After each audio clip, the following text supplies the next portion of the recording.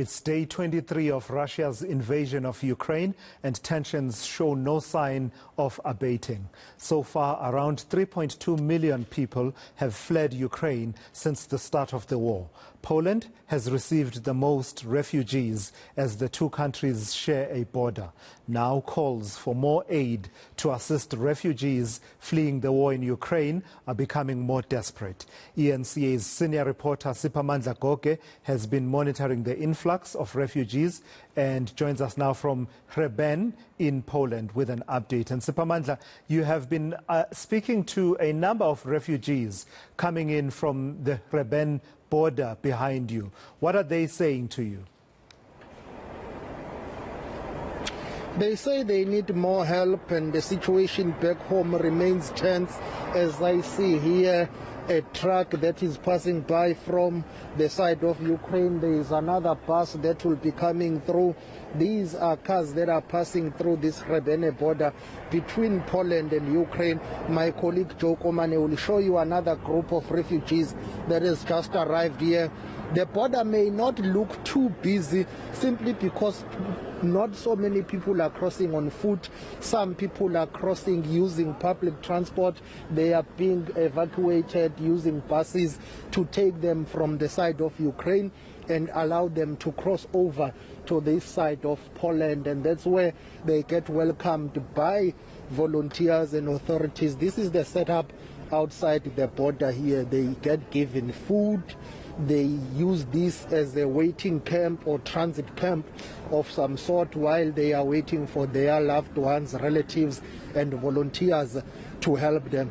It's getting cold here to Lasizwe. You know, temperatures are dropping very fast, and you can see women and children. Some are trying to use fire to keep warm because it's really cold.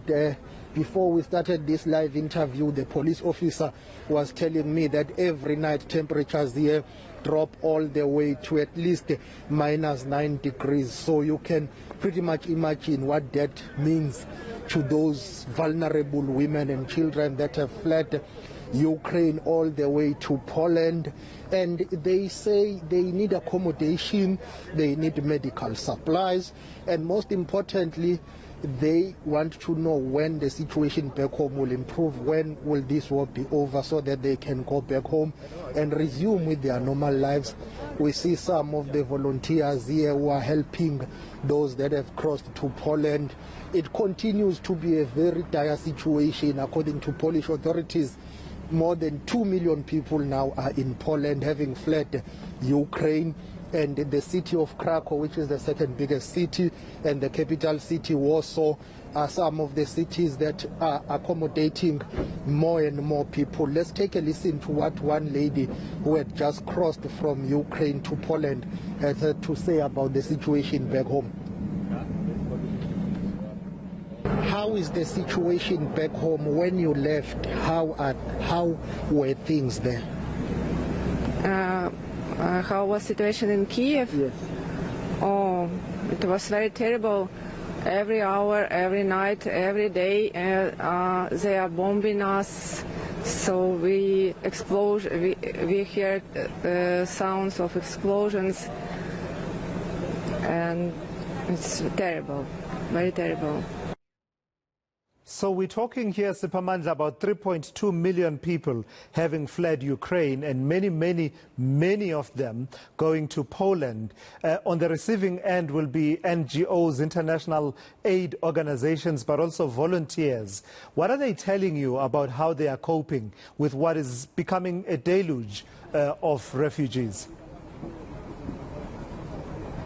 Before I answer that, allow me to tell you and our viewers that another dilemma that is facing those who are fleeing Ukraine is that most of them cannot get out of the country, which then makes it difficult for them to leave. Hence, the United Nations has said that more than 2 million people are internally displaced, meaning those are the people who would have left their cities, traveled to another regions whereby this war is not intense. So more than 2 million of citizens from Ukraine are traveling within the country because they cannot get out. And that excludes this 3.2 million that has already fled Ukraine. Now, volunteers in Poland are struggling with the influx because they say they are working long hours. They are trying to accommodate those that are arriving here with translation services and giving them information to say, upon arriving in Poland, what do you need the most? Of course, the majority of refugees would say they need accommodation, shelter, medical supplies, and or they need transport to travel from the border to the nearest city, which would be Krakow, or all the way to the capital city, Warsaw. And once they know where they want to go, then volunteers will assist them. But they say they need more manpower, they need more hands because they are unable to cope with the influx. Let's take a listen. We conduct humanitarian actions to people in Ukraine that need help because they are affected by Russian in Ukraine. We give them food, drink, and a place where they can rest.